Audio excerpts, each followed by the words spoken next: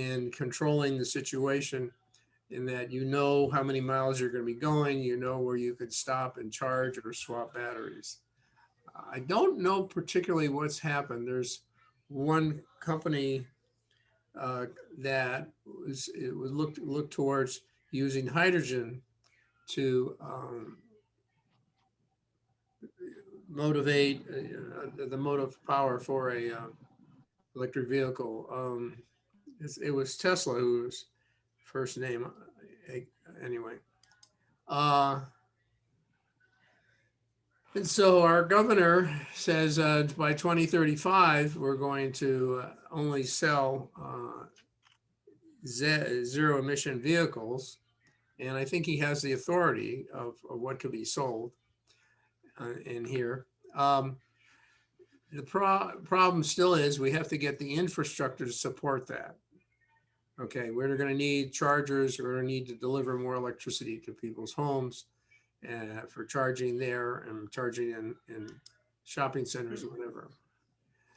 So the hurdles in this for transportation electrification are really the existing infrastructure. Homes can easily adopt, in most cases, to an electric vehicle and put a 240 plug if necessary in their house. I have a Volt that's with a V, so it's basically a hybrid, plug-in hybrid. So it has a battery that'll take the car about 50 miles, and then it'll switch to gas. And that, so I can nominally charge it for most days of driving around town with just regular 120. But if you have longer commutes involved, you're going to have people that probably have 240. For a full charge, for me to charge it 50 miles, it's pretty much an overnight thing, 12 or 13 hours. But if I have a 240 plug in my garage, I can handle it. So the challenges for homes is pretty much taken care of just by the economics in terms of cost.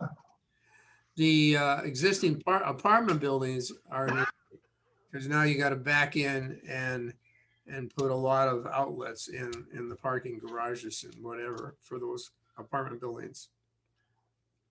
And of course, we're looking to having EV charging available more broadly in more parking lots. Other options, of course, are public transit, high-speed rail, and aircraft. Aircraft, they're actually making quite interesting progress on electric aircraft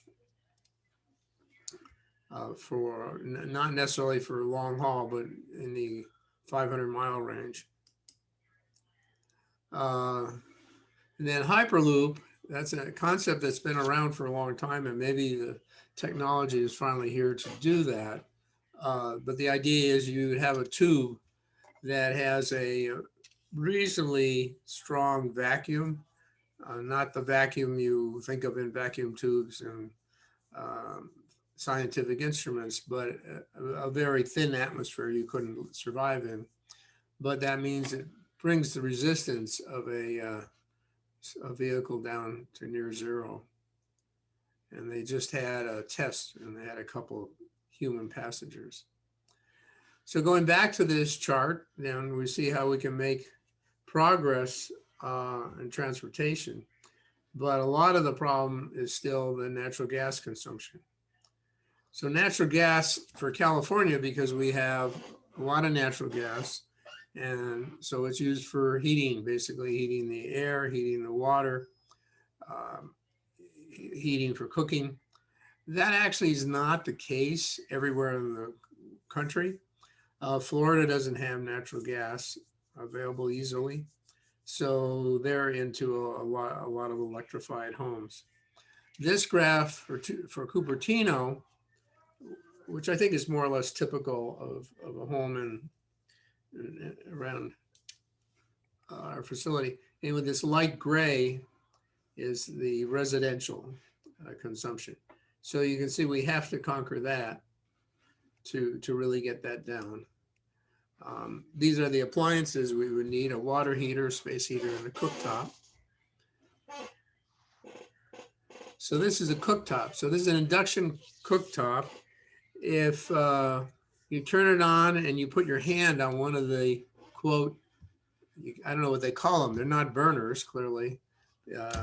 You won't feel anything because it's basically high frequency magnetic fields that transmit the magnetic fields to special pots and pans for the heating. So the heating occurs right in the pots and pans. You can get these.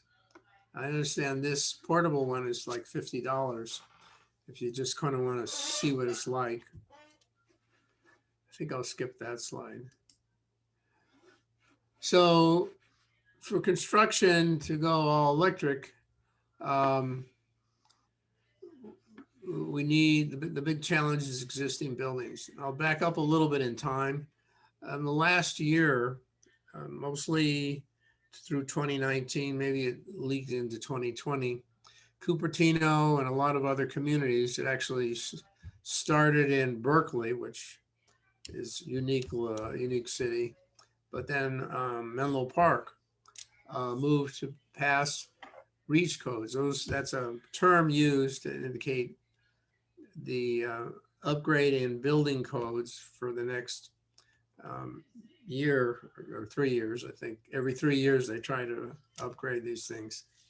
And many of the cities came close to saying can have not have natural gas in future homes in most buildings. It turns out that natural gas stovetops, which is what I have, produce toxic chemicals, nitrogen oxides, carbon monoxide, and a lot of organics, even benzene, which is now known as a highly toxic, carcinogenic. If you're starting from scratch in the new building, you can save money as a developer of the building or builder of the building, because you won't have to put in pipelines for the natural gas. That's like $5,000 per building. And you won't have to plumb that through the building. You got electricity that can do everything. So the challenge is existing buildings. There are a lot of things being done for existing buildings. Replace on burnout, that's a quick phrase for if you lose your hot water heater, which is the easiest thing to replace, then trying to set up mechanisms to come in, for people to come in and replace that with a electric water heater, preferably a heat pump water heater.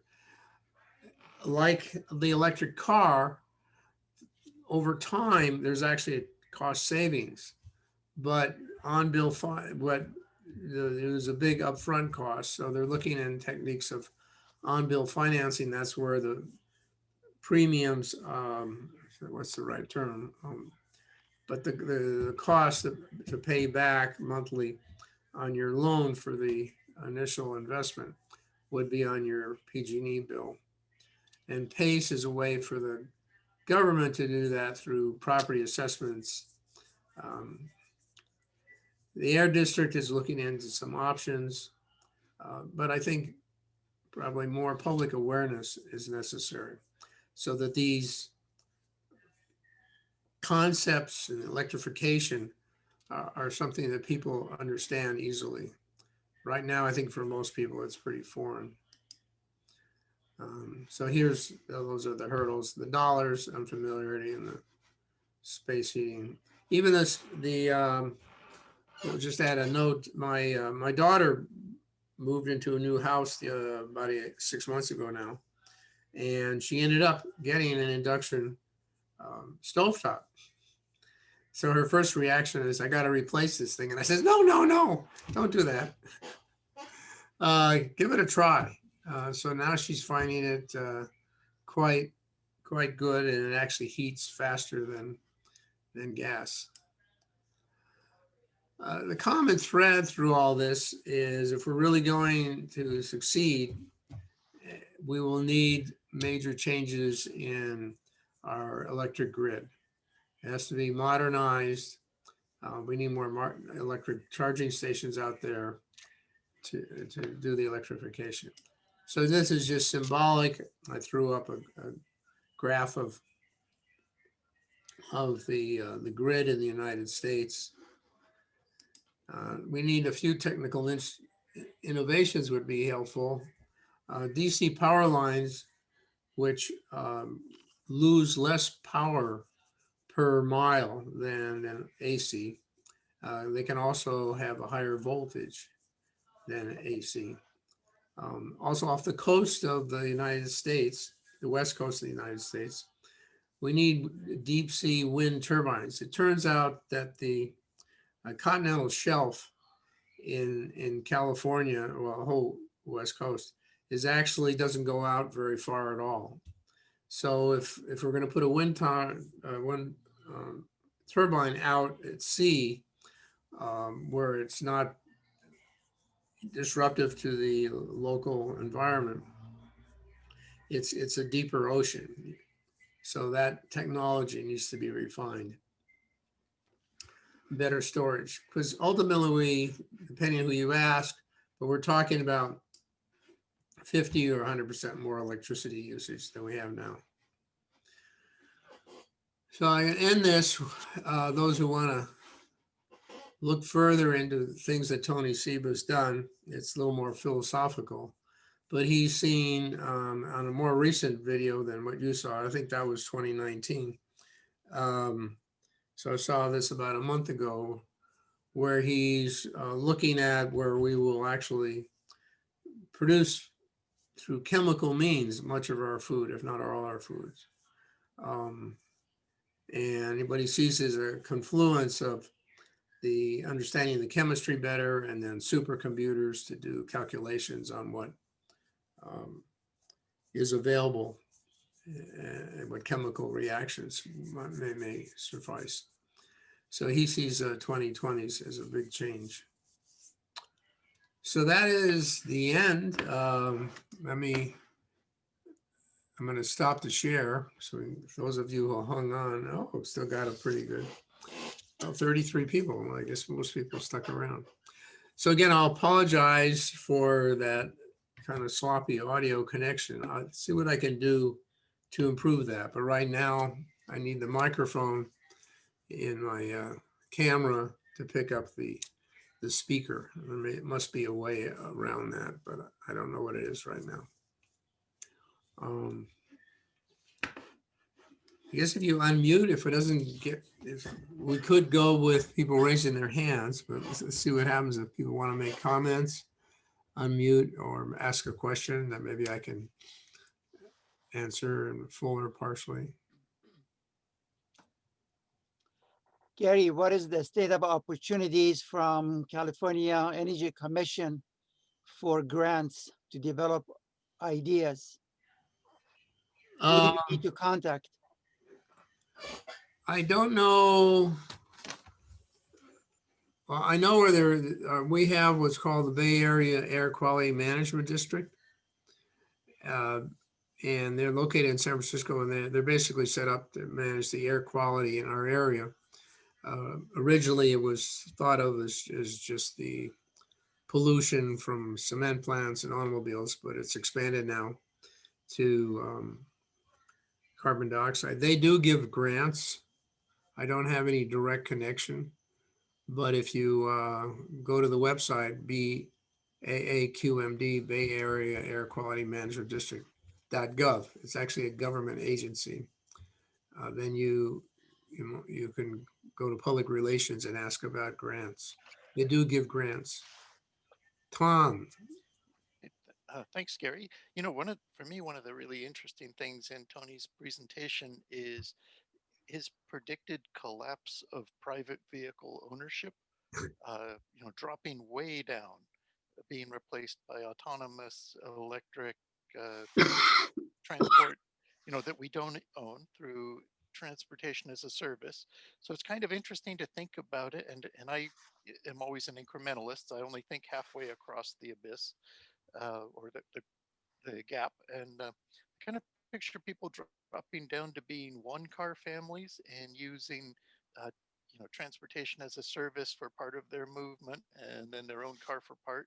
But that really frees up a lot of garage space and decreases the amount of electric vehicle charging that individuals will have to do.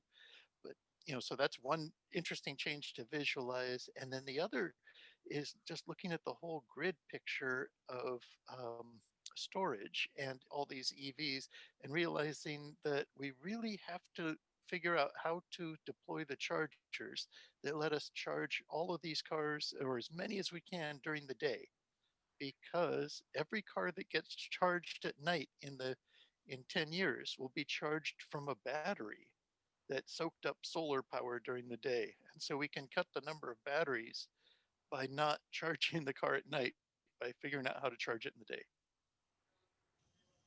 Yeah, there's all sorts of parameters that the future will be different than today, which sounds silly, but for most of human history, changes happen pretty slowly. So we're facing really accelerated changes. I mean, even COVID, yeah, apart from everything we're talking about here, um, it's hard for me to believe that companies are going to go back and pretty much demand that everybody show up at work and not allow people to work from home for part of the day anyway. Gary, it's Art Black. I know, say, I've got electric vehicles, and my house is about 40 years old, so the total power from the street is, I believe it's 120 amps.